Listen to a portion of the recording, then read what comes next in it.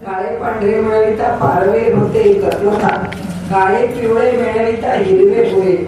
आपण फक्त समजून घेऊ, कारण माहिती नाही आपल्याला, फक्त एवढंच म्हणता येईल. काळं आणि पांढरं, पांढऱ्याचा विचार केला तर सात्विक गुणाच्या ठिकाणी पिवळं आणि पांढरं हे दोन्ही रंग स्वीकारता येतात. पण काळं आणि पांढरं जर मिळालं किंवा एकत्र केलं, मिसळलं, तर पारवे होते तत्वता. त्या पारव्याला म्हणजे पारवा याचा अर्थ आपण त्याला फिरोजी रंग किंवा चिंतामणी रंग म्हणजे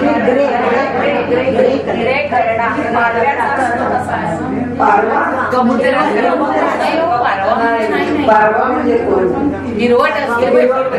त्याला चिंतामणी रंग म्हणतो, त्याला पारवा रंग म्हणतात. त्यावेळी पारवा करतो हिरवा मिक्स, ज्याला आपण रामाग्री म्हणतो, सिंह म्हणतो, तो पारवा रंग आहे. आणि ज्याला हा एक राखाडी म्हणतो ना, तो करडा रंग आहे. मराठीत आपण त्याला करडा म्हणतो. तर हा जो पारवा आहे तो पारवे होते तत्वता, काळे पिवळे मिळविता हिरवे होय. आता आपण तर ड्रॉइंग मध्ये पिवळं आणि निळं एकत्र झालं की हिरवं म्हणत होतो. तर माहित नाही आता हे असं कसं म्हटलंय, किंवा काळं असं जर म्हटलं तर या त्रिगुणामध्ये पुन्हा काळा, अगदी तमगुणाकडे काळा रंग जरी दिला आणि पिवळा रंग सत्वगुणाकडे दिला, तरी सुद्धा याच्यातून निर्माण होणारी सृष्टी ही काही वनस्पती हिरवी सृष्टी आहे असं पण आपल्याला म्हणता येत नाही. त्यामुळे हे काही फारसं मला त्याचा संदर्भ म्हणतो ना, तो काही फारसा लागलेला नाही. तर आपण ही ओळी अशी सोडून देऊ. ऐसे रंग नाना परी मेळविता पालट धरी, तैसे दृश्य हे विकारी विकारवंत. कारण हा जो आहे हा केवळ दृष्टांता करता आलेला विषय आहे. दृष्टांता करता कसा आलाय तो विषय, तर जसे निरनिराळे रंग एकत्र केले असता आपल्याला वेगळे वेगळे रंग निर्माण झालेले दिसतात, तसंच या ठिकाणी सृष्टीमध्ये सत्व, रज आणि तम या तिघांचं जे मिश्रण आहे ते वेगवेगळ्या प्रकाराने झालं की त्याच्यातून सृष्टीचं वेगळे वेगळे पण निर्माण होतं. आणि म्हणून त्यांनी इथे असं म्हटलंय, एक जीवने नाना रंग उमटो लागली तरंग, पालटाचा लागवेग किती म्हणून पाहावा. एका जीवनामध्ये म्हणजे अगदी आपलं आयुष्य जरी घेतलं तरी सुद्धा आपल्यामध्ये होणारे दर क्षणाचे जे बदल आहेत, त्या एकाच्या जीवनाचा जरी अभ्यास केला तरी सुद्धा त्याच्यातले कितीतरी बदल आम्हाला अनुभवायला येतात किंवा पालट आम्हाला पाहायला मिळतात. एका जीवनीचे नाना रंग उमटो लागती तरंग. मूल लहानाचं मोठं होताना तर आपल्याला खूपच जाणवतं की किती बदल होतात समजुतीत, बोलण्यात, ऐकण्यात, व्यवहार करण्यात, वागण्यात. पालटाचा लागवेग किती म्हणून पाहावा. म्हणाले आता हे जे सारखं जग पालटत जात आहे प्रति क्षणाला, ते किती वेळा म्हणून बघावं की त्याचे किती रंग बघावेत, किती पाहिले तरी अपुरेच आहे. असं एका उदकाचे विकार पाहता दिसती अपार. जल एकच आहे पण त्याचे विकार किती आहेत. म्हणजे त्याचा बर्फ आहे, त्यात जलाचं तेल आहे, त्यात जल हा जो गुणधर्म आहे, त्या एका जलापासून बर्फ आहे, एका जलापासून वाफ आहे, त्याच्यापासून उकळणारं पाणी आहे, त्याच जलासारखं रक्त आहे, त्याच्यासारखं तेल आहे, त्याच्यासारखं दूध आहे, त्याच्यासारखं पातळ तूप आहे. म्हणजे जलाचे विकार का म्हटलं त्याला, कारण जल महत्वाचं नाही, त्याच्यामध्ये महत्वाचं आहे तो त्याचा रस हा तन्मात्र महत्वाचा आहे. ही रस तन्मात्र ज्याच्या ठिकाणी आहे अशा ज्या वस्तू आहेत त्या किती आहेत, अगणित वस्तू आहेत की ज्याची मोजदाद आपल्याला करता येणार नाही, ज्याचं मोजमाप आपल्याला करता येणार नाही. आणि म्हणून त्यांनी म्हटलं एक उदकाचे विकार पाहता दिसती अपार, पाचा भूतांचे विस्तार 84 लक्ष योनी. दोन्ही पातळीवर घ्या. म्हणाले 84 लक्ष योनीमध्ये स्थावर आणि तिर्यक योनी आपण जरी नाही स्वीकारल्या तरी जीवाच्या 84 लक्ष योनी जरी स्वीकारल्या तरी खूप झालं. पण मनुष्याला कर्माचं फळ म्हणून स्थावरादी वृक्षादी योनींचा पण स्वीकार करावा लागतो. आणि तसंच फल म्हणून त्याला तिर्यक म्हणजे पक्षी आदी योनींचा पण स्वीकार करावा. म्हणजे आता ह्या सगळ्या योनी जर विचारात घेतल्या तर ह्या अजून कितीतरी योनी आहेत आणि म्हणून स्थावर पाषाणादी योनींच्या सहित या तिर्यक म्हणजे पक्षी योनी ही धरली आहे, कारण जीव आहे त्याच्यामध्ये, त्यामुळे तो 84 लक्ष योनीमध्ये स्वीकारलेला आहे. म्हणून 5 भूतांचे विस्तार 84 लक्ष योनी. आता 5 पंचमहाभूत आहेत, त्या आता विस्तार महाभूतांचा सांगता येते, कारण चाललंय कुठून सुरुवात, ब्रह्मापासून सुरुवात झाली. आणि ब्रह्म म्हणजे आकाश आणि वायू म्हणजे मूळ माया.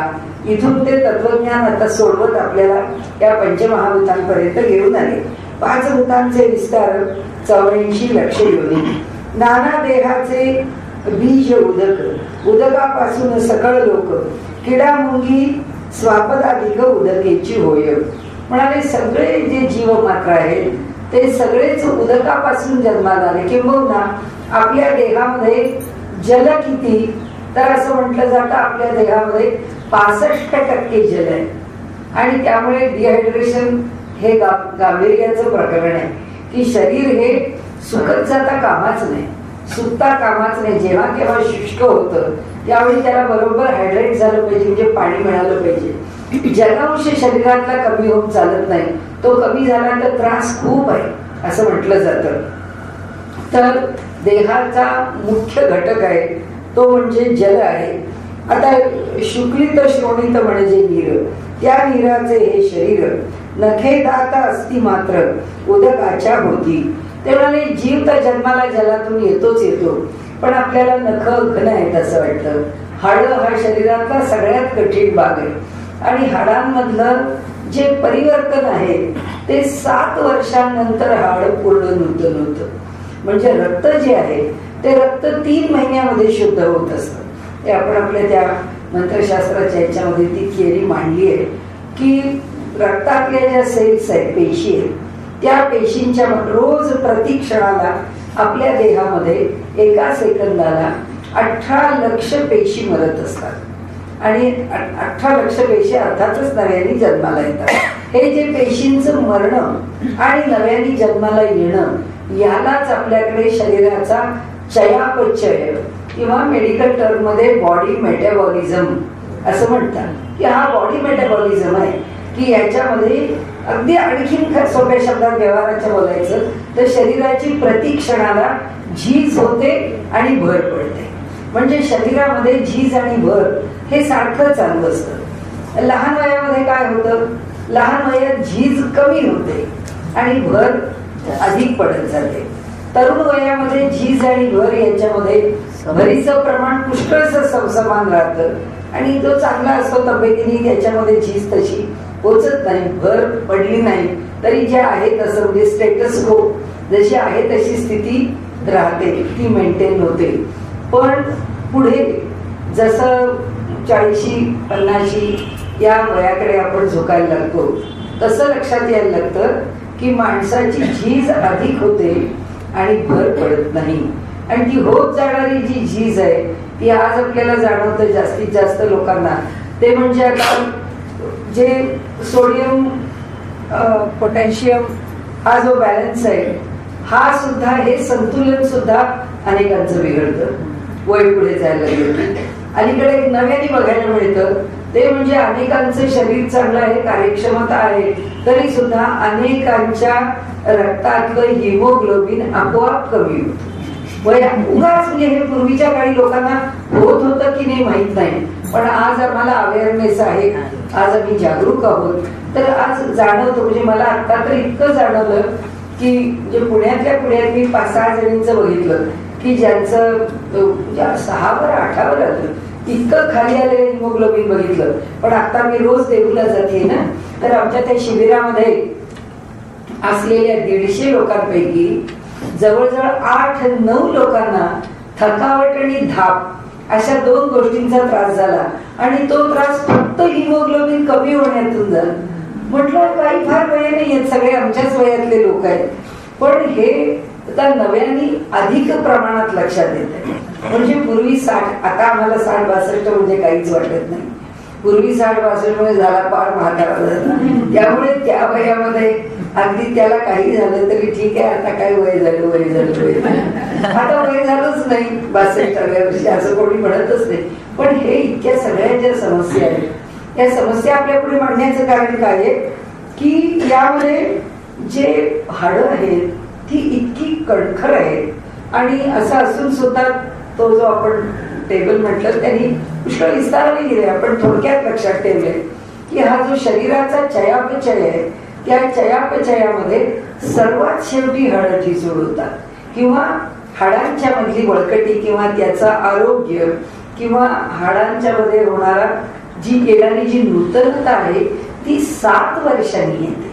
म्हणजे रोजची जी झीजभर आहे त्या झीजभरीमधून पहिला एकही कण म्हणा किंवा त्यातला जो काही अंश आहे, कारण आता हाडाच्या करता असणारा त्याचा मूलत घटक तो काही कातडी करता असलेल्या घटकासारखा नाहीये, तो वेगळा आहे. तर त्या घटकांची झीजभर होत राहते. तर ते जे घटक आहे ते 7 वर्षांनी नूतन होतात. म्हणजे हाडावरती परिणामही जास्त होत नाही आणि परिणाम झाल्यानंतर ते सुधारायलाही वेळ लागतो. म्हणून तर हाड बोललं की फिजिओथेरपीच्या शिवाय आपल्याला पर्याय नाही, कारण नंतर इतके दिवस सांभाळून ठेवलेलं ते असंच्या असं हाड आता ते कार्यक्षम व्हायला त्याला पुन्हा काहीतरी बाहेरून प्रयत्न आपल्याला करावे लागतात. हा जो प्रकार आहे याच्या ज्याला आपण शरीराचा चयापचय म्हणतो, त्या चयापचयामध्ये त्यांनी आपल्याला सांगितलंय की ह्या वस्तू आम्हाला घन दिसतात, नख घन आहेत असं वाटतं, दात घन आहेत असं वाटतं, त्या वाटतं म्हणजे दिसतातच ते, हाड घन आहेत, पण म्हणाले त्याच्यात सुद्धा पाण्याचा अंश भरपूर आहे. ते सुद्धा पाण्यापासून निर्माण झाले का पंचमहाभूतात्मक आहे, त्यामुळे त्याच्यातही पाणी आहेच आहे.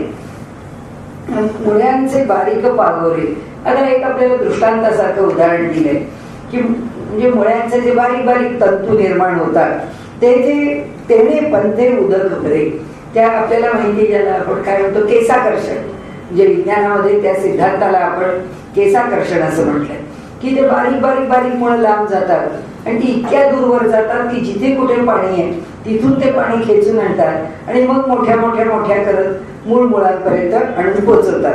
तेणे पंथे उदक भरे, त्या उदकेची विस्तारे वृक्ष मात्र, त्या इतक्या लांबच्या त्या मुळांच्या पासून असलेलं जे पाण्याचं आकर्षण करून पाणी आपल्यामध्ये शोषणच आहे ना त्याच्यामध्ये, एक फाडून पाणी आत घेत नाही.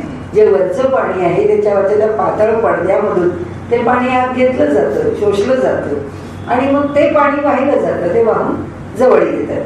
तर त्या उदकेची विस्तारे वृक्ष मात्र, आम्रवृक्ष मोहर आले, अवघे उदकाकरिता झाले. त्याला जर व्यवस्थित पाणी मिळालं तरच आंब्याला मोहर येतो. फळी फुली लगडले सावकाश, आणि मग नंतर तो मोहर फुलणं आणि मग बारीक बारीक कैऱ्या लागणं आणि वाढणं. खोड फोडून आंबे पाहता, म्हणाले आपण जर म्हटलं की आता आंब्याचं झाड आहे, कुठेतरी आंबे बघायला मिळतील म्हणून एकाने खोड फोडलं, आंब्याचं खोड फोडलं तर आंब्याचं फळ मिळणार आहे का म्हणाले, तेथे दिसेल ना सर्वथा, तिथे काही आंबा दिसत नाही. खांद्या फोडून फळे पाहता ओली साले, जर फांद्या फोडल्या तरी सालं ओली दिसतात पण तिथे काही फळ दिसत नाही. मुळापासून शेवटवरी फळ नाही तदनंतरी, जळरूप फळ चतुरी विवेके जाणावे. मुळापासून शेवटपर्यंत आपण गेलो तरी सुद्धा आपल्याला ह्या सगळ्या खाद्या शाखा पानं याच्यामध्ये आम्हाला फळ दिसत नाही. ती फळ ही त्याची शेवटची स्थिती आहे. आता ही जरी शेवटची स्थिती आहे तरी सुद्धा जळरूप फळ चतुरी विवेके जाणावे, नाही तर फळ सुखीच नसती.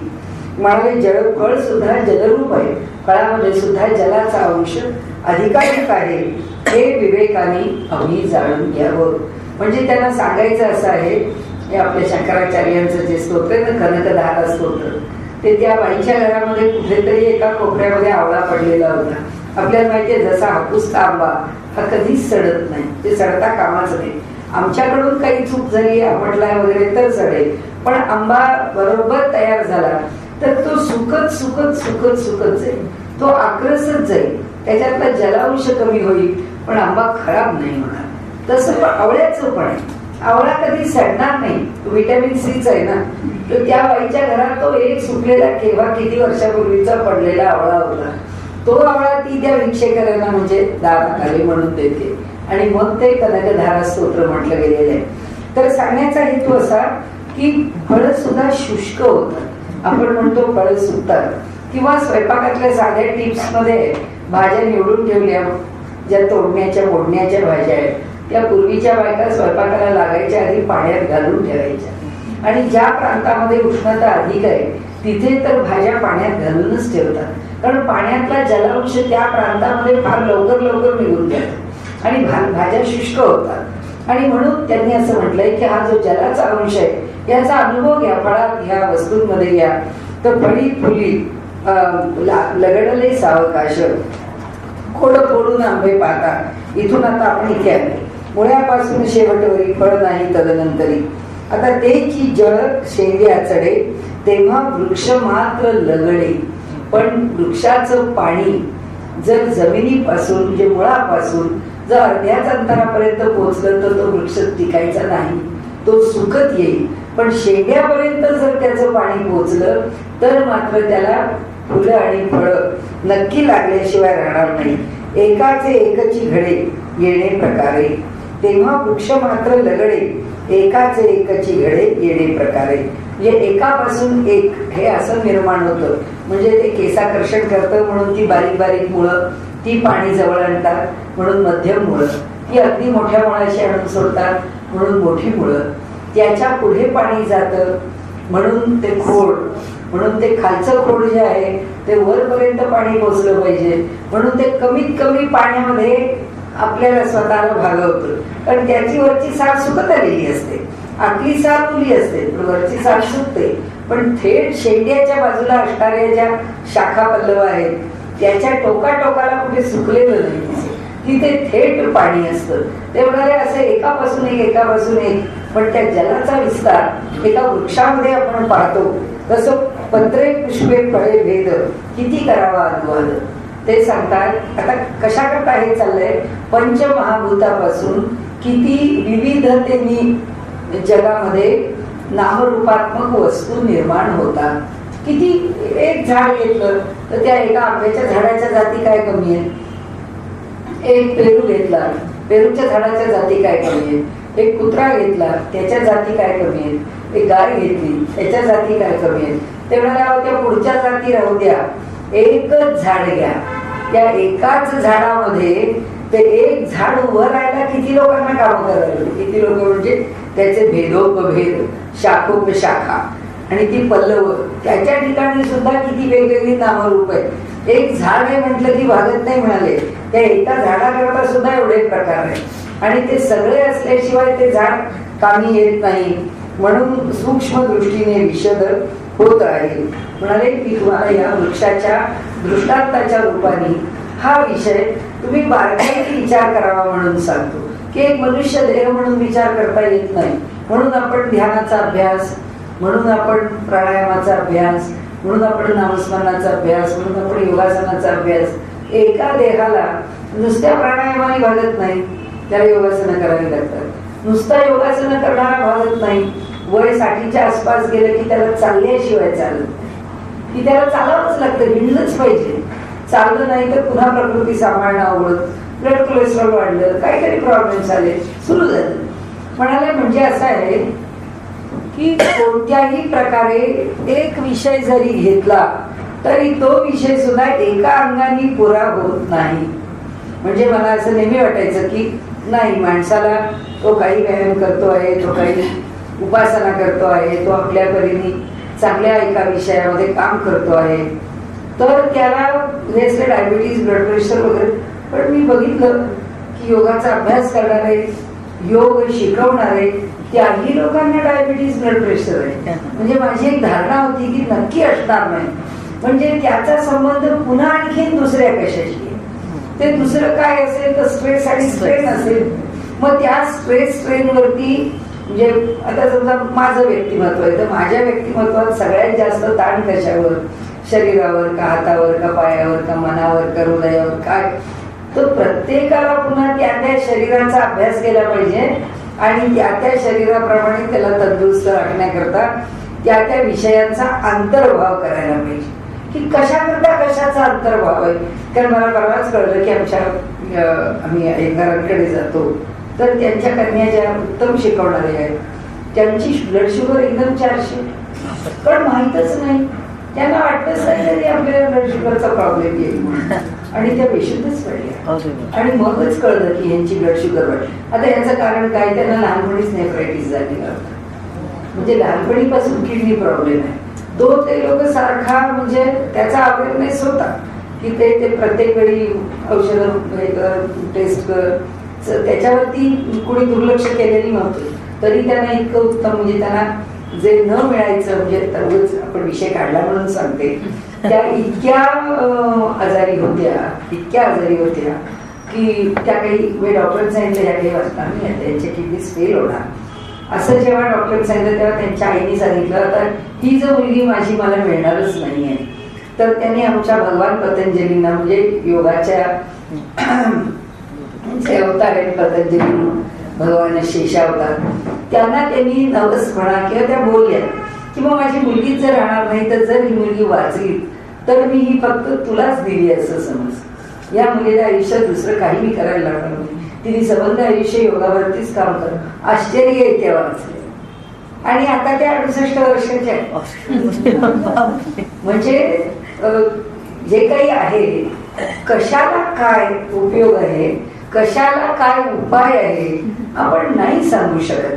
म्हणजे हे सगळं का, म्हणजे लोक असं म्हणतात ना की इतर धर्मात कसं बरं आहे बघा, एकच ग्रंथ आहे, एकच देव आहे, एकच विचार आहे, आणि आपल्याकडे मात्र भाराभर आहे सगळं. ते भाराभर नाहीये, ती समृद्धी आहे आपली की अनेक गोष्टींकरता अनेक प्रकारांनी बघण्याचा आम्हाला एक समृद्ध दृष्टिकोन आहे. पण दुर्दैव असं आहे की तो दृष्टिकोन आम्ही R&D सांभाळलंच नाही की आम्ही ना त्याच्यावर रिसर्च डेव्हलपमेंट केली, आम्ही त्याच्याकरता हे काम करत राहिलो, आम्ही त्याच्यातून फक्त केलीच तर बकवास करत राहिलो. म्हणजे काहीतरी खोटेपणा त्याच्यामध्ये, दांभिकपणा त्याचा कोणी केली तर बुवाबाजी.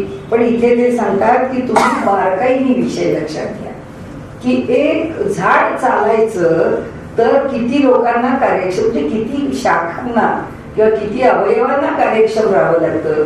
एक देह चालायचा तर किती कार्यक्षम राहावं लागतं. आम्ही देहाची किती उपेक्षा करतो आणि आम्ही आमच्या देहाच्या करता किती आमच्या बाजूने आम्हाला वाटतं आम्ही खूप सावध आहोत, पण आम्हाला कळत नाही आम्ही सावध आहोत. कारण आम्ही त्याच्यावरती किती प्रकारचे अन्याय करतो, किती बाजूनी त्याच्यावरती आमच्याकडून ताण पडत असतो. तर ते म्हणतात भूतांचे विकार सांगो किती. आता ह्या पंचमहाभूताचे किती प्रकारचे विकार आहेत काय सांगू, कारण आपल्या प्रत्येकाचा देह वेगळा आहे, प्रत्येकाचा वेगळा आहे की मला जे उपयोगाला येईल ते तुम्हाला येईल असं नाही, तुम्हाला येईल ते दुसऱ्याला येईल असं.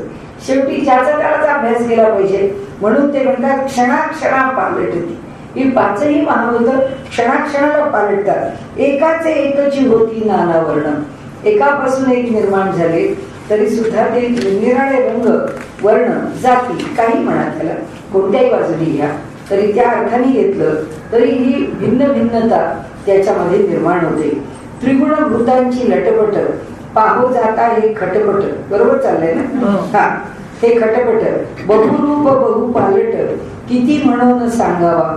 म्हणाले या त्रिगुणांची, आपण परवाच बघितलं की मूळ काय आहे तर हे त्रिगुण आहे. तर या त्रिगुण भूतांची लटपट, आता थोडक्यात त्यांनी सगळा विषय खूप सोपा करण्याकरता मांडला, पण मुळातच विषय तो तत्वज्ञानाचाच आहे म्हणून वाटला तर आपल्याला अवघड वाटेल. पण म्हणाले त्रिगुण आणि भूतांची, आता लक्षात ठेवा ते म्हणतात आपल्याला पुन्हा पुन्हा सांगतात त्रिगुण सत्वरजतम हे 3 गुण आणि भूतांची 5 महाभूत, म्हणजे 3 आणि 5 8. की गीताकारांनी काय सांगितलं, अष्टधा प्रकृती, म्हणजे मूळ प्रकृती किती प्रकारची आहे, 8 प्रकारची. त्या 8मध्ये काय काय समाविष्ट आहे, सत्व रजतम 3 गुण आणि पृथ्वी आप तेज वायू आणि आकाश याच्यातून निर्माण होतो. पाहो जाता हे खटपट, यांच्यातूनच ही खटपट म्हणजे हे सगळी विविधता निर्माण होते. बहुरूप बहु पालट किती म्हणून सांगावं. अनेक रूप, अनेक प्रकारचे पालट आपल्याला बघायला मिळतात. किती म्हणून सांगावं, किती प्रकार सांगावेत त्याचे, किती प्रकारांनी विचारात घ्यावं ते. म्हणून आपल्याकडे कोणतंही शास्त्र विचारात घेताना त्या त्या पद्धतीने ते विचारामध्ये घेतलेले. या शास्त्राचा विचार करताना आता प्रामुख्याने काय बघायचं, म्हणजे हे त्रिगुणच आहे, पण आयुर्वेदामध्ये त्या त्रिगुणांचा विचार करताना वात पित्त आणि कफ केलेला आहे की त्या 3 पातळीवरती त्या त्रिगुणांचे परिणाम काय आणि मग त्यांच्या तारतम्याने काय होतं, की त्यांच्या तारतम्य घडलं तर काय होतं, की वाताचा जोर झाला तर काय होतं, कफाचा जोर झाला तर काय होतं, पित्ताचा जोर झाला तर काय होतं, वात पित्त हे दोन एकत्र वाढले तर काय होतं, कफ पित्त वाढले तर काय होतं वगैरे वगैरे. म्हणजे हे सुरू झालं. एकदा शास्त्राचा विचार करायला सुरुवात झाली की त्यांनी सांगितल्याप्रमाणे जो म्हणून आपल्याकडे आयुर्वेदामध्ये पहिली चिकित्सा जी आहे ना, ती पहिली चिकित्सा ही मंत्र चिकित्सा आहे. ती कोणत्याही रोगाची चिकित्सा करताना आपल्याला असं सांगितलंय की त्या रोगाकरता किंवा त्या देहाकरता किंवा त्या असलेल्या आपल्या कमतरतेकरता आपण प्रार्थना करावी. प्रार्थना ही पहिली चिकित्सा आहे. चिकित्सा याचा अर्थ त्याच्यावरचं त्या रोगाचं निदान करून केलेलं औषध. पहिलं औषध आपल्याकडे मंत्र चिकित्सा. दुसऱ्या प्रकारची चिकित्सा ही पंचमहाभूतांची चिकित्सा आहे. ही त्यांनी दुसऱ्या भेषज चिकित्सा ही त्यांनी 5वी सांगितली. म्हणजे औषध देणं हा स्तर 5वा आहे. आणि म्हणून रोग किंवा रोगराई दूर करणं हे आपण आधी पहिल्यांदा मंत्रांनी दूर करावी असं त्यांनी म्हटलंय, की अनेक रोग हे फक्त प्रार्थनेनेच बरे होतात, त्याला काही अडचण येत नाही, पंचमहाभूतांच्या चिकित्सेने बरे होतात. असं करत करत जर आपल्याला वाटलं तर आपण त्या औषधाचा प्रयोग करावा, अन्यथा करू नये अशी आयुर्वेदाची धारणा आहे. मी यांनी म्हणून सांगितलं की जे वेगवेगळे प्रकार आहेत ते सगळे प्रकार आपण लक्षात घ्यावेत. आणि हा काय होतं की आज मॉडर्न मेडिसिन किंवा मॉडर्न थॉट आजचा जो आधुनिक विचार आहे तो विचार आमच्या मनावरती त्याचा इतका पगडा बसतो किंवा तो इतकी भरड घालतो कारण तो अधिक सोपा आहे. सोपा अशा करता आहे की काही मनात आलं जे मांडलं त्याची सिद्धी काही काळाकरता न करता आम्ही ते विचार आमच्याकडे अडॉप्ट करत गेलो, आम्ही ते स्वीकारत गेलो. आणि हे जुने विचार किंवा हा केलेला जो बारीक बारीक विचार आहे हा अधिक सखोल विचार आहे. एवढ्या विचारापर्यंत जायला आहे तो चांगले हे आहे हे बरं आहे, कारण हे पटकन पचणार आहे, पटकन रुचणार आहे. आणि म्हणून जो खरा विचारवंत आहे किंवा जो खरा ज्ञानी आहे किंवा जो खरा विचार करणारा आहे किंवा ज्याच्याकडे थोडा तरी स्थिरपणाने विचार करण्या इतका धीर आहे तो मनुष्य समोरचा माणूस कोणताही विषय सांगेल जे मला पटत नाही असं तो आधी म्हणणार नाही. तो म्हणेल आधी ठीक आहे तू काय म्हणतोस ते आधी आपण ऍक्सेप्ट करू, मग तू जे म्हणतोस ते आपल्याला पटण्यासारखं आहे का बघू. पटण्यासारखं असलं तर आपण त्याचा विचार स्वीकारू, पटण्यासारखं नसलं तर आपण त्याचा विचार सोडून देऊ. पण हे आम्हाला पटत नाही, हे आम्हाला मान्य नाही असं म्हणून कोणताही विचार सोडणं आणि आपल्याला स्वतःला शास्त्रीय दृष्टिकोनातून आपण पारखतो, अन्य गोष्टी आपण स्वीकारत नाही असं म्हणणारा मनुष्य मुळातच अशास्त्रीय विचार करणार.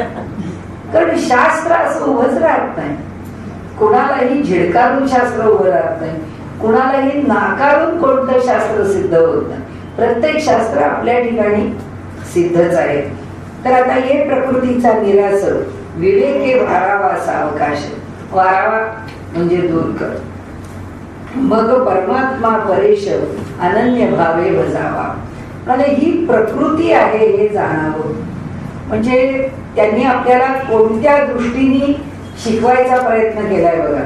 ते आपल्याला तुम्ही तुमचा मोह सोडा, म्हणजे आपले जे ज्ञानेंद्रिय आहेत आणि आपले जे भाव आहेत या भावांमधून आपण जो व्यवहार करतो तो व्यवहार अधिक सूक्ष्म आहे आणि देहाच्या पातळीवरचा व्यवहार अधिक स्थूल आहे.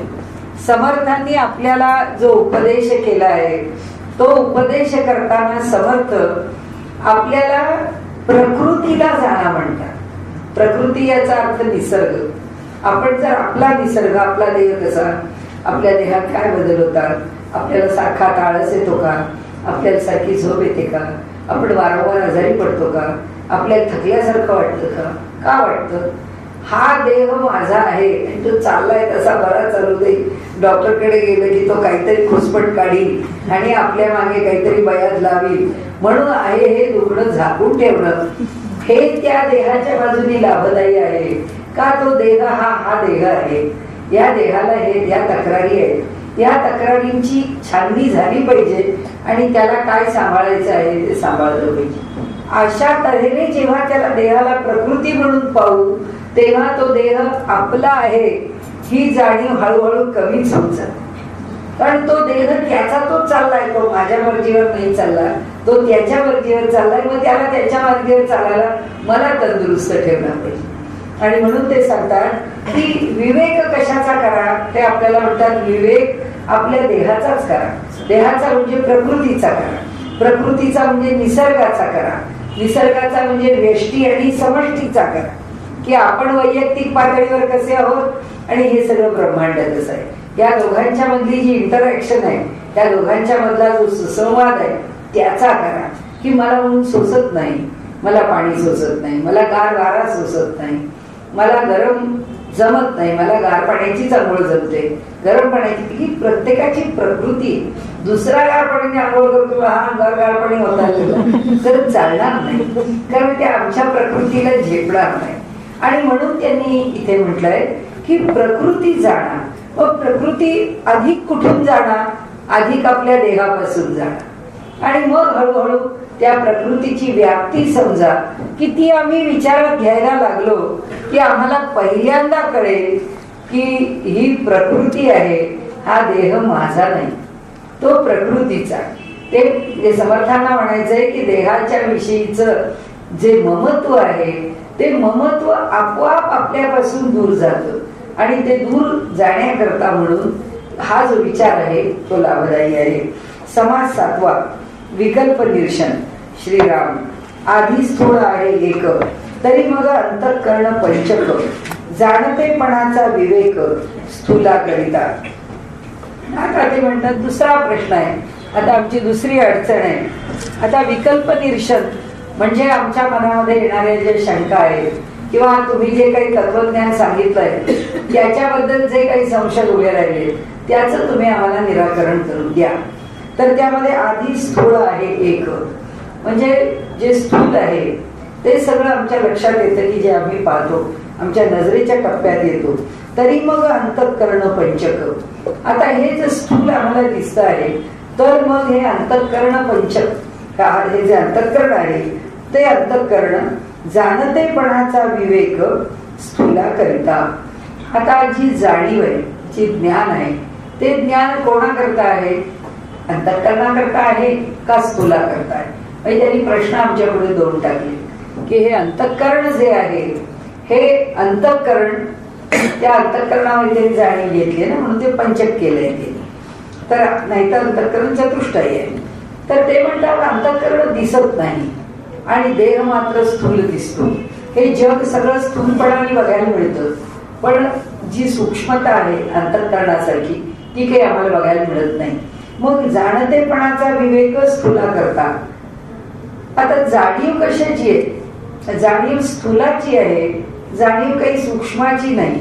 समजा माझ्या रक्तामध्ये बॅक्टेरिया किती आहे, माझ्या रक्तामध्ये हिमोग्लोबिनचं पर्सेंटेज काय आहे हे काय मला पोटाला टोचलं आणि रक्त बाहेर आलं म्हणून मला काही कळणार नाहीये. मग हे जे सूक्ष्म आहे ते मला कुठे कळतंय, मला माझा हात कळतो, मला माझी नखं कळतात, नखाच्या खालचा रंग समजतो, चेहऱ्याचा रंग समजतो, किंवा बाबा चेहरा फार फिकटला आणि पांढरट झाला तर आपण म्हणू की बहुतेक हिमोग्लोबिन कमी झालंय म्हणून चेहरा इतका पांढरट दिसतोय, पांढरका दिसतोय. म्हणजे ते म्हणतात जाणतेपणा म्हणजे जाणीव ही कशाच्या आधाराने आहे, ही स्थूलाच्या आधाराने आहे. जे सूक्ष्म आहे त्याच्या आधाराने आहे कुठे जाणीव, हा विचारणाऱ्याचा प्रश्न आहे आधी. आणि म्हणून तो म्हणतो तैसेची ब्रह्मांडे विण काही, मूळ मायेची जाणीव नाही. मग ही मूळ माया जी आहे तिने जे निर्माण केलंय ते ब्रह्मांड आहे, त्या ब्रह्मांडाशिवाय दुसरी काय जाणीव आहे. स्थूलाच्या आधारे सर्व ही कार्य चाले. त्या स्थूलाच्या आधाराने म्हणजे आम्हाला स्थूल काही प्राप्त आहे म्हणूनच सगळं कार्य चालतं. म्हणजे देहाच्या आधाराने कार्य चालतं, स्थूल जगताच्या आधाराने कार्य चालतं, त्या स्थूल वृक्षांच्या आधाराने कार्य चालतं. आता आयुर्वेद आहे की सगळ्या हर्बल आम्ही मेडिसिन म्हटलं तर त्या कळायला पाहिजेत ना वनस्पती कोणत्या आहे. त्या वनस्पती कळून घ्यायला कुणाच्या तरी बरोबर जंगल हिंडलं पाहिजे, ज्या लोकांना वनस्पतीचं ज्ञान आहे ते लोक सांगतात की आम्ही परंपरेने लोकांच्या बरोबर, त्यांनी सांगितलं पौर्णिमेच्या रात्री चला, आम्ही पौर्णिमेच्या रात्री जातो. त्यांनी सांगितलं की संध्याकाळी चला, संध्याकाळी जातो. दुपारी उन्हात चला, कारण प्रत्येक वनस्पतीचे ते सांगतात गुणधर्म वेगळे. संजीवन पॅथी त्याच्यावरच आहे ना. प्रत्येकाचा अर्क कोणत्या तिथीला कोणत्या नक्षत्राला काढायचा असं त्याच्यात ठरलेलं आहे का, त्याचे परिणाम अनुभवायला येतात. म्हणजे त्या वृक्षाचं सर्व अर्क त्या तिथीला किंवा त्या वेळेला त्या ह्याच्यामध्ये असतो, कधी पहाटे, कधी रात्री, कधी दुपारी. तेच माझ्या घरात ते लोक सांगत होते की एखादी वनस्पती त्याच रानात असते पण ती पौर्णिमेच्या रात्रीच फक्त दिसते, एरवी ती दिसतच नाही.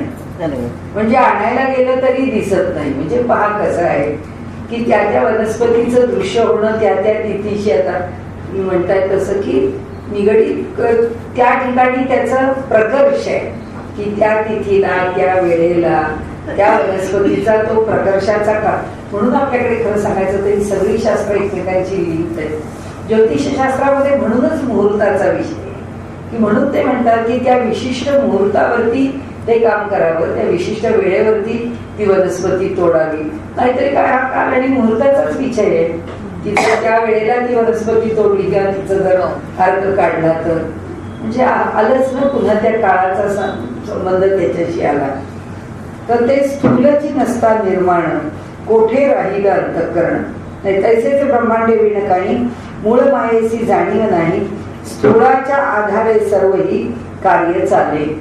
ह्या स्थूलाच्या आधारानेच सगळं कार्य चालतं. म्हणजे या ब्रह्मांडाच्या आधारानेच आम्ही सगळं, परमार्थ तरी कोणाच्या आधाराने चालतो, या ब्रह्मांडाच्याच आधाराने चालतो, अन्यथा कसा चालला असता तो तरी. म्हणून ते स्थूलची नसता निर्माण, जर ते स्थूल निर्माणच झालं नसतं तर कोठे राहिलं अंतःकरण. तर अंतःकरण कुठं राहिलं असतं, ज्या अंतःकरणाच्या साह्याने आम्ही हे सगळं करतो असं म्हणतो की अध्यात्म म्हणा, समजून घेणं म्हणा, जाणीव म्हणा. कारण त्या अंतःकरणात सगळेच आहेत ना, मन आहे, बुद्धी आहे, अहंकार आहे, चित्त आहे, हे सगळं त्याच्यामध्ये समाविष्ट आहे. त्या अंतःकरणामध्ये म्हणाले की हे इथे तेच कुठे राहणार. म्हणून त्यांनी प्रश्न विचारलाय आपल्याला की ऐसा श्रोती केला प्रश्न, याचे उत्तर ऐका. म्हणजे श्रोत्यांनी प्रश्न विचारला आहे. म्हणाले कोसले अथवा काटे घरे.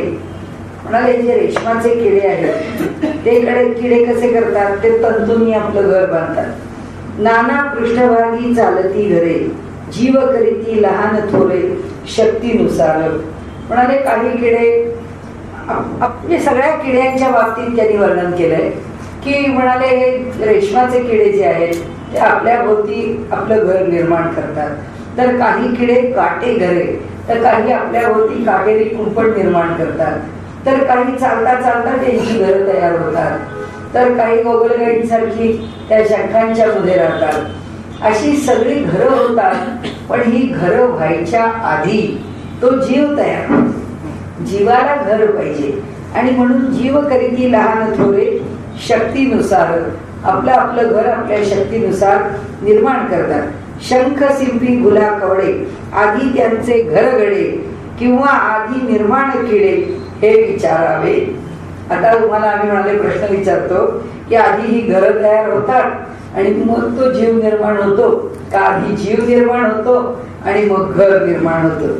आधी प्राणी ते होती, पहिलं उत्तर देऊन टाकलं. आधी प्राणी तयार होतात, मग घरे निर्माण करीती, मग ते घर निर्माण करतात. हे तो प्रत्यक्ष प्रचिती सांगणे न लगे. अरे हे निर्माण झालेले जीवच आपल्यापासून आपलं घर निर्माण करतात.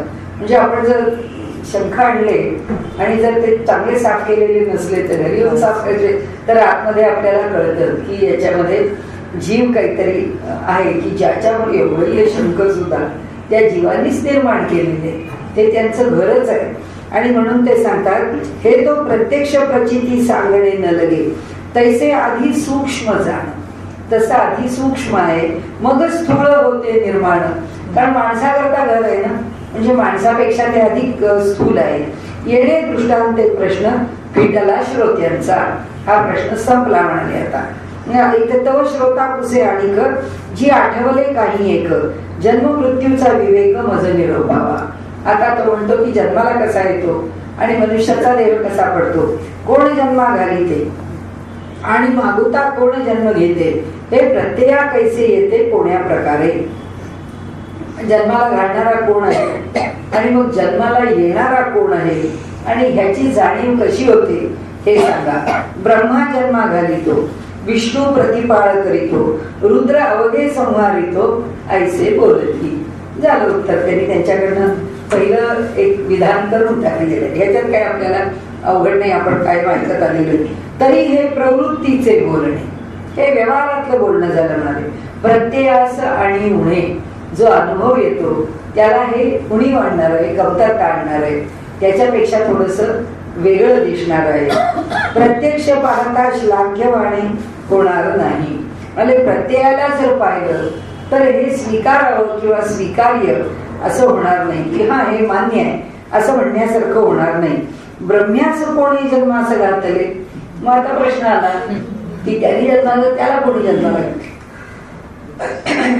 विष्णूच कोणी प्रतिपाळिले, विष्णूचं प्रतिपालन करतो तर त्याचं प्रतिपालन कोण करतो.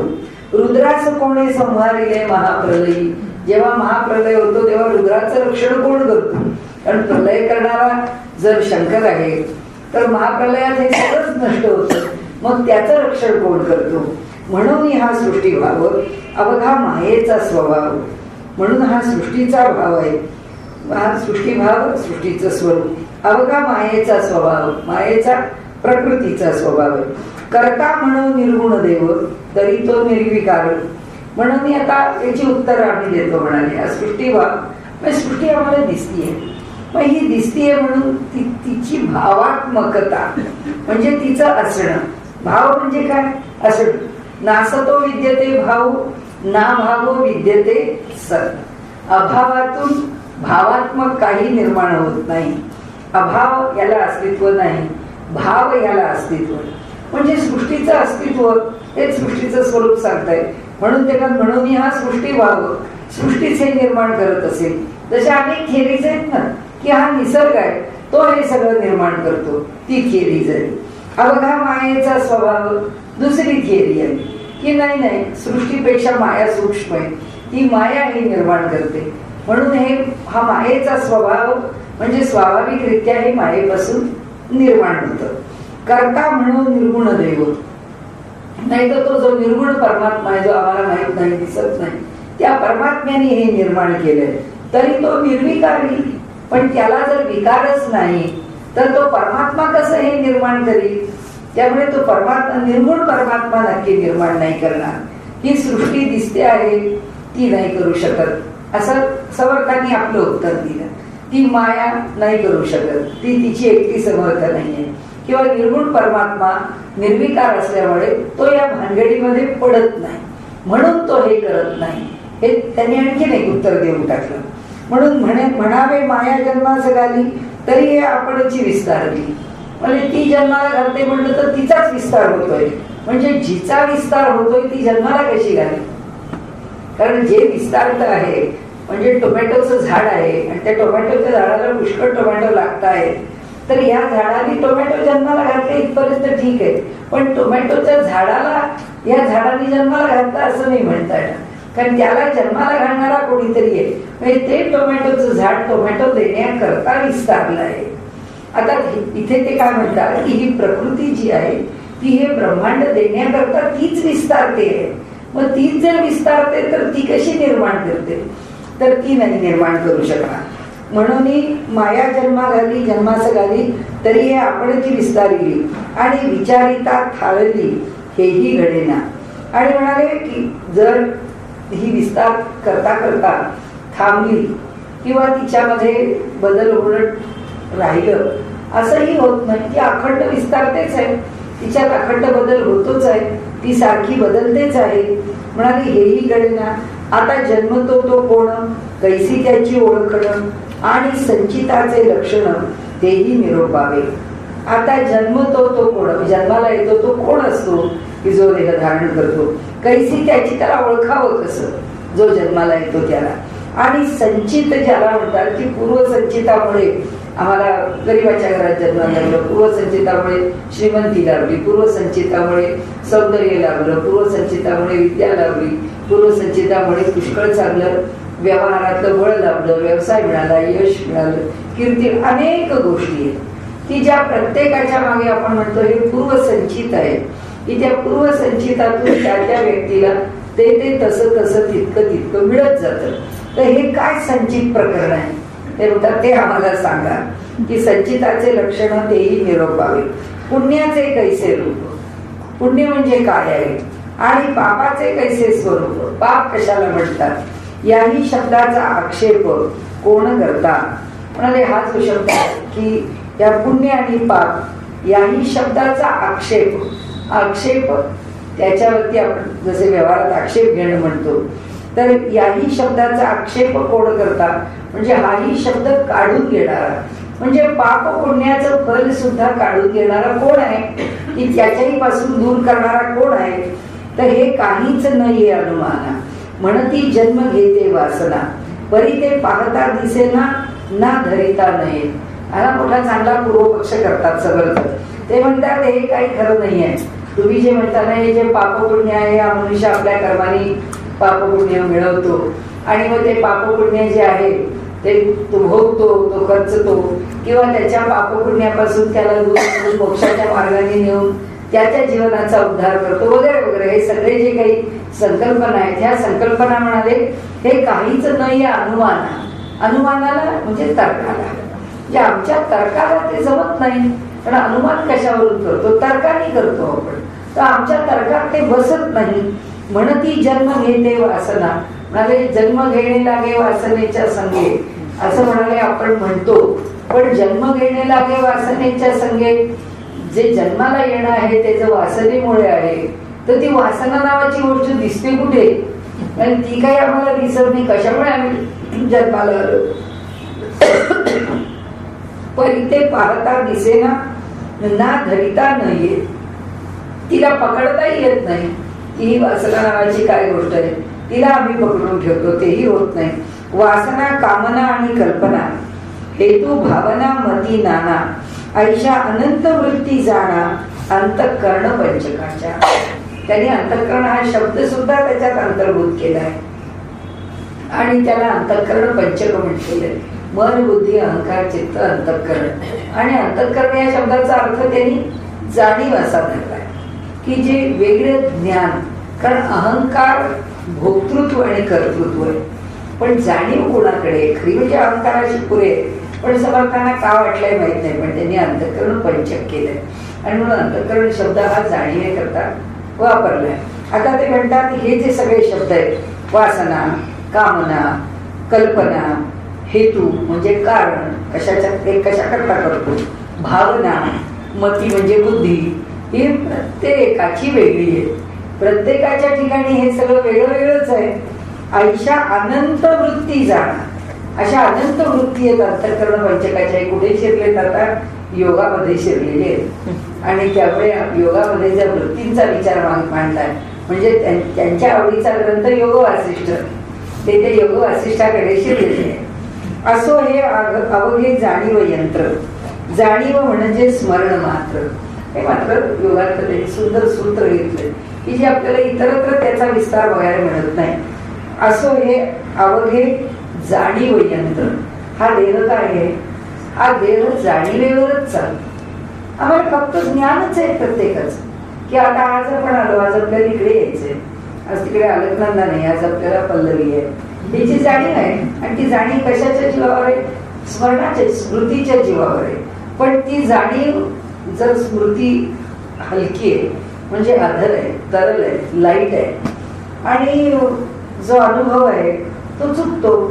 म्हणजे रोजच्या सारखं जगदीशला मी सांगितलं नाही की गाडी तिथे नाही वळवायची, आज इकडे जायचं, त्याने गाडी तिथे वळवल्यानंतर सुद्धा जाणीव नाही की म्हटलं आज कोणीच काही लिफ्ट कशी दिसत नाही, म्हणजे याचा अर्थ आपल्याला आज नक्की उशीर झाला नाही पण दिसत नाही, अरे हो आज आपल्याला इकडे जायचं. म्हणजे शेवटी ज्ञानच आहे, पण ते ज्ञान कसं आहे, दीर्घसूत्रीपणाने आलेलं ज्ञान, उशिरा आलेलं ज्ञान. वेळेत आलेलं ज्ञान नाहीये, ते तिथेच यायला हवं होतं कोपऱ्यावरती आणि त्याला सांगायला हवं होतं की बाबा तू आज इकडे जायचंय, तुला 80 मी जाता नंतर 80 तेच. हे सगळं मापन आहे. जगातला प्रत्येक अनुभव, जगातला प्रत्येक व्यवहार ही फक्त एक जाणीव आहे, बाकी काही नाही. आणि ती कशाच्या जोरावर आहे? कशाच्या ना कशाच्या तरी स्मरणाच्या जोरावर आहे. म्हणजे मी अमेरिका पाहिली नाही हे सुद्धा माझं स्मरणच आहे. म्हणजे अमेरिका पाहणारा पाहिलेल्या अमेरिकेच्या स्मरणावर अमेरिकेत जातो. अमेरिका न पाहिलेला मनुष्य अमेरिका न पाहण्याच्या स्मरणावर जातो. म्हणजे तिथे काय आहे? स्मृती आहेच. स्मृती आपली पाठ कधीही सोडत नाही, कधीच सोडत नाही. ती आपली पाठच सोडत नाही. कोणत्या ना कोणत्या तरी प्रकारात कुणीतरी सांगितलं की अहो आली या साड्या खूप छान आहेत, की आपली दुकानदारांना तुम्हाला त्या बघायच्या आहेत का? ह्या त्या बघायच्या. आपण तर नाही, आम्हाला त्या काय आहेत माहित नाही, तुम्ही दाखवा तुमच्याकडे काय. कारण आमचं स्मरण काय? त्या साडीचं नाव माहितीये, ती आम्हाला घ्यायची आहे, ही आमची वासना आहे. काय असेल ह्याच्याविषयी कल्पना आहे, कारण कुठेतरी पाहिलंय म्हणून. आता प्रत्यक्ष घेताना व्यवहार करायला गेलो तर व्यवहार कशाच्या आधाराने करणार? स्मृतीच्या. कारण जे कल्पनेने योजलं आहे, जे डोळ्यांनी पाहिलं आहे, ज्याची वासना निर्माण झाली आहे, त्याकरता कर्म केलं आहे, म्हणून त्या दुकानापर्यंत गेलो आणि गेल्यावर आता काय घ्यायला आलो हेच विसरलो. आपण दुकानदाराला म्हटलं अहो नाही आम्ही एक पाहिलं होतं बघा, ते असं होतं. बाई काहीतरी नीट सांगा, म्हणजे मग तुम्हाला ती साडी काढून दाखवतो. आम्ही तेच विसरलो तर काय उपयोग? नाही म्हणाले. स्मरण पुन्हा विसरलो तरी ती स्मृतीच आहे. विसरणं हे सुद्धा स्मरण. म्हणजे पतंजली जे माणसाला शेवटपर्यंत सांगतात की वृत्ती सुटतच नाही, आणि वृत्ती जी आहे ती स्मरण आहे, आणि आमचं अस्तित्वच स्मरण आहे. म्हणजे आपल्याला यांच्या सुषुप्तीतही काम करतात, त्या कामाचं कौतुक एवढ्याच करताय की ज्या लोकांनी जीवनाचा पायाच हरवलाय त्यांना ते लोक जीवनात उभे ठेवतायत. सोपं नाही आहे. कारण अल्झायमर काय आहे? स्मरण सुटलं ना, त्याची लिंकच सुटली. आणि म्हणून कधीही आता आपल्याला दीर्घ आयुष्य मिळतं, पण आपण ना एक त्याच्यावर मेहनत घेतली पाहिजे. आपलं स्मरण कमी होईल. पाठांतर आपण आपल्याला ना सारखं पाठांतरायचं, जे पाठ केलंय ते म्हणत राहिलं पाहिजे. दिवसाकाठी पूर्वीच्या काळी जे होतं ना की माझं नित्याचं करायचंय, ते देवाचं असेल नसेल, मन असेल नसेल, पण ते तेवढं झालं पाहिजे. सकाळी बायका भोपाळ्या म्हणायच्या म्हणजे म्हणायच्या, एवढी स्तोत्र म्हणायची म्हणजे म्हणायची. व्यंकटी स्तोत्र झालं पाहिजे. 108 ओव्या आहेत त्याच्यामध्ये.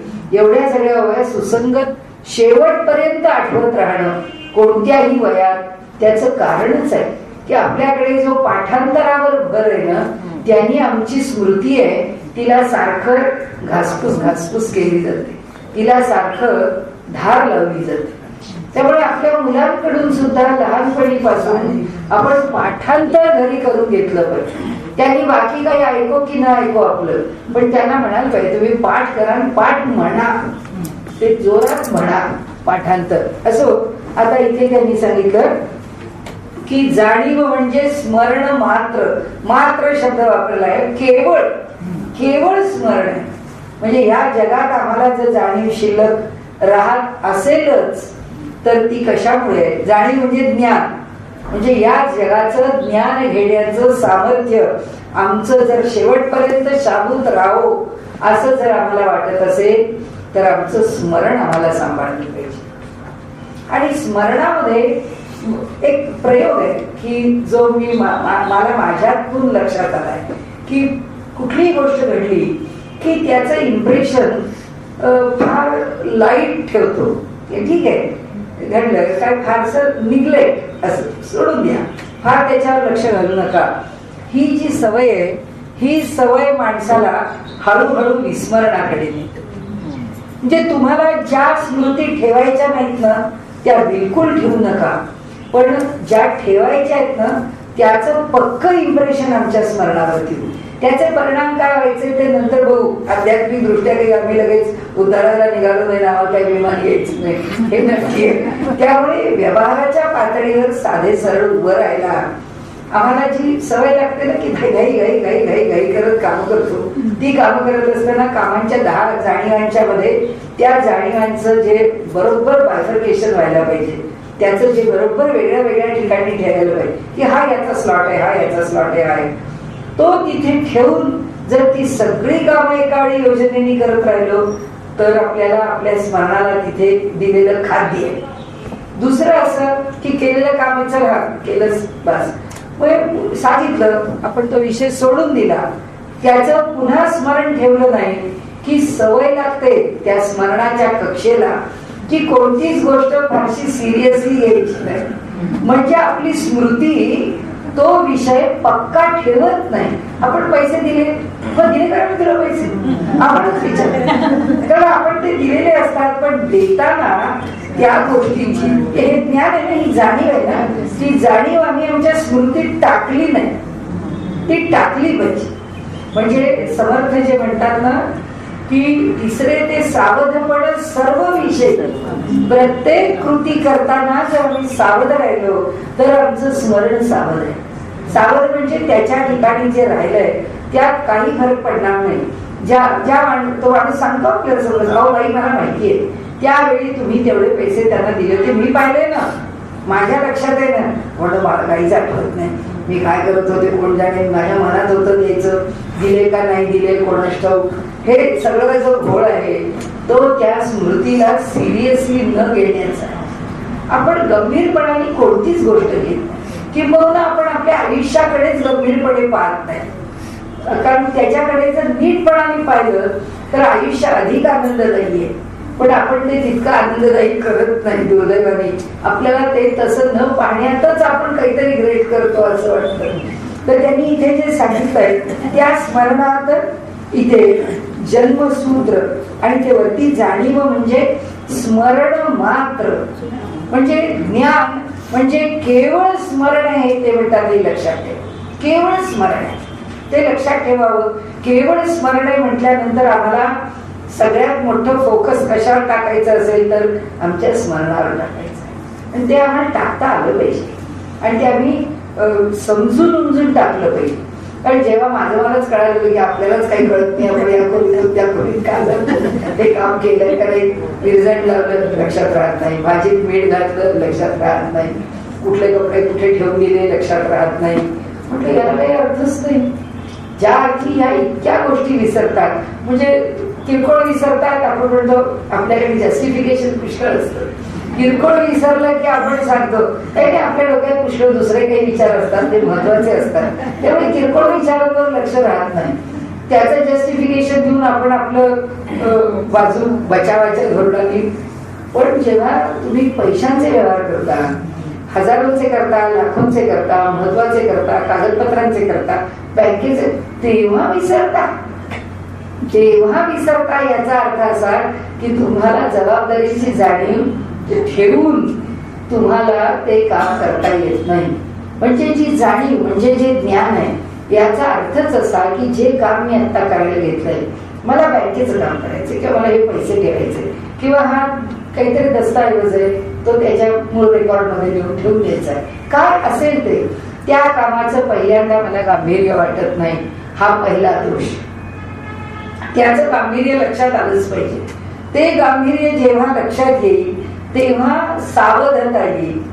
ती जी ते गांभीर्य, ती सावधता, आणि मग कृतीमध्ये सावधता, आणि मग कृती पूर्ण झाल्यानंतर आमच्या स्मरणामध्ये टाकून दिलेलं त्याचं एक स्वरूप की ठीक आहे, म्हणजे स्टार्ट टू एंड हे काम झालेलं आहे आणि आपण आता ते पूर्ण केलंय, अमक्या ठिकाणी करून आता आपण त्या कामातून बाजूला झालो. इतकं श्वास जेव्हा त्या स्मृतीला आम्ही देतो तेव्हा ते स्मरण आमच्या डोक्यातून जात नाही. पण ते न देता बराबर 4 कामात एक काम आम्ही केलं की जर आमची ताकद असेल 4 कामात एक काम तितक्याच कॉन्सन्ट्रेशन करण्याची तर तो अष्टावधानी मनुष्यच आहे. पण जर नसेल तर आपल्याला ती आपली ताकद वाढवायला पाहिजे. कारण ते म्हणतात शेवटपर्यंत आपल्याला ज्ञान तर राहिलंच पाहिजे, आणि ते राहिलं पाहिजे तर स्मरण राहिलं पाहिजे, आणि स्मरण राहिलं पाहिजे तर एका विशिष्ट पद्धतीने आम्हाला त्याचा विचार करायलाच पाहिजे. म्हणजे मी तुम्हाला, मला गंभीरपणे केव्हा लक्षात आलं असेल, मी हैदराबादला गेले होते व्याख्यानाला, आणि तिथे गेलेले असताना एक दागिना खरेदी केला. तर ते मुलींची कॉस्ट्युम ज्वेलरी, तर 5,000चा काहीतरी सेट होता, तो मी घेतला. माझ्या कल्पनेप्रमाणे किंवा मी माझ्याबरोबर पैसे जे मोजून दिलेले होते त्याच्या हिशोबाप्रमाणे मी 5,000 दिले का नाही दिले हा संभ्रम. त्या बाईंना पैसे दिले, पण ज्यांच्या बरोबर मी गेले होते त्या माझ्यापेक्षा अधिक काळ न लक्षात राहणाऱ्या, त्यांच्याही लक्षात नाही ते 5,000 त्यांनी दिले का मी दिले. आजपर्यंत हा संभ्रमातला विषय. 5,000 रुपये कुणी दिलेले आहेत, त्या मला म्हणाल्या ते तुम्ही मला देऊ नका. कारण का, तर त्या पैशांच्या हिशोबात मला असं दिसलं की माझ्याकडचे 5,000 रुपये गेलेले आहेत. म्हणजे हिशोब माझा लागलेला आहे दोघींनी केला तर. पण हे पण आठवत होतं की त्या म्हणाल्या तुम्ही नका देऊ का, मी देते. आता ते त्यांना तर पैशाचा हिशोब झाले एवढे तरी मोजलेले, त्या तर मोजतच. कारण हैदराबाद मधल्या सगळ्यात नंबर 1 डॉक्टर, इतकी मोठी मंडळी, इतकी मोठी प्रॅक्टिस, ते पैसे इथनं उचलले तिथे दिले, तिथनं उचलले तिथे दिले, हिशोब नाही काही नाही. त्या अशा माझ्यासारख्याच गाळ असल्यामुळे मी म्हटलं आतापर्यंत मला लक्षात राहत नाही असं वाटत होतं, तुम्ही माझ्या मोठ्या बहीण निघाला. आणि आजपर्यंत तो विषय तसाच आहे. तेव्हा गंभीरपणाने जाणवलं की नाही, व्यवहार तुम्ही त्यांनी पैसे दिले आणि मला नका देऊ म्हटलं, त्यांनी बिघडलं नाही. मी दिले किंवा त्यांनी मी, आम्ही दोघींनी दिले, तरी पण जे घडलं ते लक्षात तर राहिलं पाहिजे ना. समजा त्यांनी पण दिले आणि मी पण दिले असं तर कोणी स्वीकारणारच नाही, कारण त्याही त्यांच्याकडे नेहमी ज्यांच्याकडे जातात त्याच बाई असल्यामुळे कोणीतरी त्याचा फायदा घेतला असंही नाही. पण मनुष्य खूप गोंधळ करतो, ही गोष्ट खरी आहे. त्या आता इथे झाले त्या स्मरणाचं जन्मसूत्र कैसे लागे. आता म्हणाले हे स्मरण मात्र जर जाणीव आहे, तर आता हा पुढचा प्रश्न असा आहे की त्या स्मरणाला जन्माचं सूत्र कसं लागलं. म्हणजे समर्थांनी कुठे आणून सोडलं लक्षात आलं का आपल्या. त्यांनी सांगितलं वासनेने जन्म घेतो, 2 मिनिटं बाजूला ठेवा. कामनेनी जन्म घेतो, बाजूला ठेवा. कल्पनेनी, हेतूनी, भावनेनी, वेगवेगळ्या विचार करण्याच्या बुद्धीनी किंवा अशा निरनिराळ्या वृत्ती ज्या अंतःकरणात निर्माण होतात त्यांनी जन्म घेतो, हे सगळं बाजूला ठेवा. मग काय लक्षात ठेवा की हे जे स्मरण आहे की ज्याच्यामध्ये साठवून ठेवलंय त्याला काय म्हणतो आम्ही, त्याला आम्ही संस्कार म्हणतो. ही इम्प्रेशन्स आहे, हे ठसे आहे, हे आमच्या जाणीवेवर उमटलेले ठसे आहेत. या जाणीवेवर उमटलेल्या ठशानी जन्म घेतला जातो. असं जर का तुम्ही वासना या शब्दाच्या मागे अर्थ लावाल तर ते म्हणतात की ते मग सूत्र जोडलं कसं की ते स्मरण नावाच्या गोष्टीपासून जीव नावापर्यंत धागा जोडला कसा. म्हणून ते म्हणतात त्या स्मरणाचं जन्मसूत्र म्हणजे त्या संस्कारांनी देहच घ्यावा आणि जन्मालाच यावं, हे कसं निर्माण झालं. म्हणजे जन्म का झाले, आली असतील काही विचार, ठेवले असतील काही इम्प्रेशन्स, मग ही इम्प्रेशन्स जन्मालाच का कारण झाली, त्याच्यामुळे जन्मच का घ्यावा लागला. आपल्या मनात आला ना तो विषय की त्यांनी म्हटलंय की जन्माला कारण हे ठसेच का, म्हणजे हे निर्माण होणारे आमच्या अंतःकरणावरचे ठसे आम्हाला पुन्हा जन्म घ्यायला का भाग पाडतात. ठीक आहे म्हटले ठसे राहिले, जसं इतर धर्मात आहे की जसा मुसलमान धर्म आहे, त्या मुसलमान धर्मामध्ये आता हा जन्म संपला की तो त्या कबरीमध्ये बसलेला आहे आणि अल्लाचा जो शेवटचा कयामतचा दिन आहे तोपर्यंत तो वाट बघतोय की या जीवाचं तो काय करणार आहे. ख्रिश्चनिटीमध्ये तसंच आहे, तो त्याच्या कॉफीमध्ये पडलेला आहे आणि तो आता तो जीव वाट पाहतोय की डूम्स डे केव्हा येईल. त्या दिवशी आपल्याला भगवंत काय करायचं तो या निवाडा करेल. आमच्याकडे भांडणच नाही, आता काय केलं हे काय डोक्यात की ते घे आणि पुन्हा जन्माला येईल. मग हे काल हा विषय